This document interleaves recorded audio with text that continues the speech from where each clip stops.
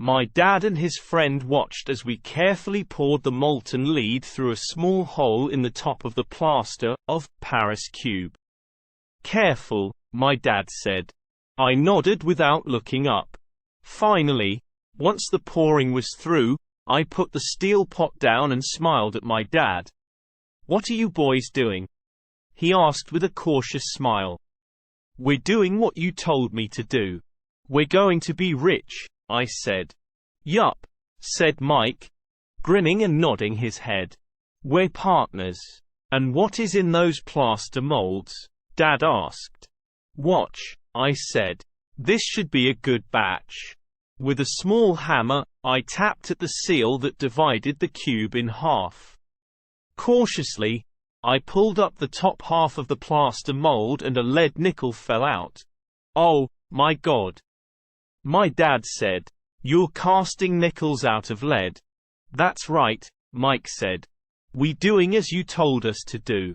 We're casting nickels out of lead. That's right, Mike said. We doing as you told us to do. We're making money. My dad's friend turned and burst into laughter. My dad smiled and shook his head. Along with a fire and a box of spent toothpaste tubes, in front of him were two little boys covered with white dust and smiling from ear to ear.